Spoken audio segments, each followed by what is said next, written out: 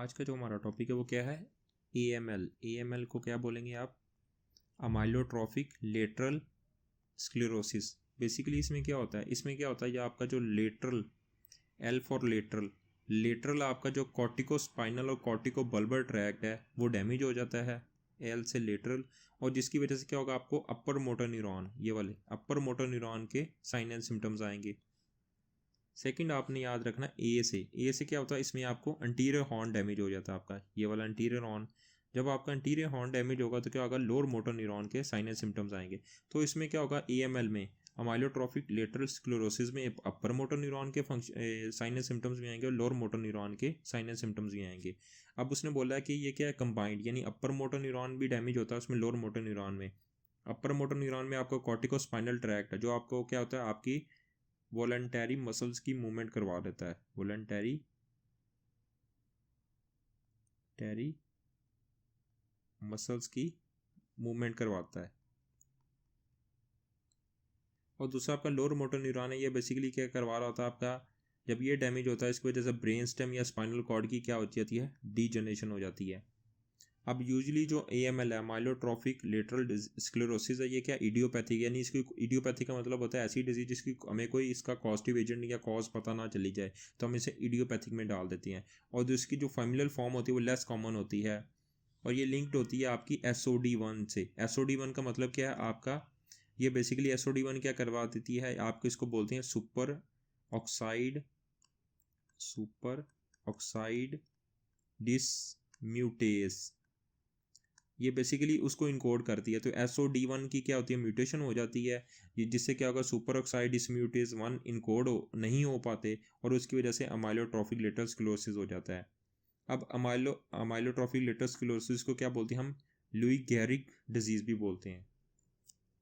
अब मैंने आपको बताया था इसमें अपर मोटर न्यूरॉन के साइन एंड सिम्टम्स आएंगे, लोअर मोटर न्यूरॉन के साइन एंड सिम्टम्स आएंगे। अब आपको अपर मोटर न्यूरॉन के साइन एंड सिम्टम्स पता होना चाहिए, क्योंकि अपर मोटर न्यूरॉन में क्या होता है, फ्लैसिड लिम्ब वीकनेस होती है। क्यों, इसमें फ्लैसिड पैरालिसिस होता है और इसमें जो वीकनेस हो रही होती है, इसमें वीकनेस यानी अपर मोटर और लोअर मोटर दोनों में वीकनेस होती है, लेकिन इसमें फ्लैसिड पैरालिसिस होता है और इसमें फैसिकुलेशन होती हैं। फैसिकुलेशन का मतलब क्या होता है, हम बोलते हैं मसल ट्विचिंग को बोलते हैं फैसिकुलेशन।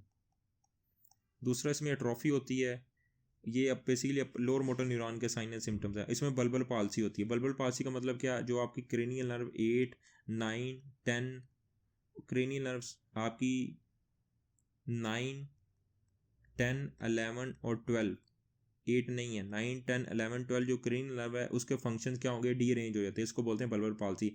और इसकी आपको मैंने तमाम क्रेनियल नर्व्स बहुत डिटेल में बताई हुई हैं, यहाँ पे जस्ट शॉर्ट में लिखा हुआ। इसकी वजह से डिसआर्थरिया हो जाता है। डिसआर्थरिया का मतलब होता है पेशेंट को बोलने में दिक्कत होती है। डिस्फेगिया हो जाएगा, यानी उसको खाने में दिक्कत होती है। और उसकी टंग की एट्रोफी हो जाएगी। टंग की एट्रोफी क्यों होगी, क्योंकि क्रेनियल नर्व 12 क्या डैमेज हो रही है। अब हम पढ़ लेते हैं इसमें अपर मोटर न्यूरॉन के भी साइन एंड सिम्टम्स आ रहे होते हैं।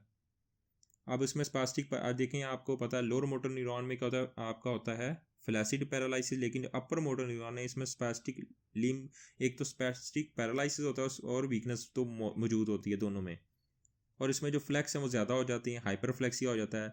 और क्लोनस का मतलब क्या है, इसमें मसल स्पैज़म होता है। क्लोनस को क्या बोलते हैं हम, मसल स्पैज़म। और इसमें सीडो बल्बर पाल्सी होती है। सीडो बल्बर पाल्सी में वही है, क्रेनियल 9, 10, 11, 12 है। इसके फंक्शन क्या होंगे, क्रेनियल नर्व्स डीअरेंज हो जाती हैं और उसकी वजह से वही डिसार्थरिया का मतलब क्या है, बोलने में स्पीच प्रॉब्लम होती है, डिस्फेगिया खाने में दिक्कत, इमोशनल लायबिलिटी की प्रॉब्लम्स आती हैं। इसमें देखें आपका सेंसरी और बाउल है और ब्लैडर डेफिसिट क्यों नहीं होता, क्योंकि इसमें आपका जो डोर्सल कॉलम है वो बिल्कुल ठीक रहता है, इस वजह से साइन एंड सिम्टम्स नहीं आते हैं।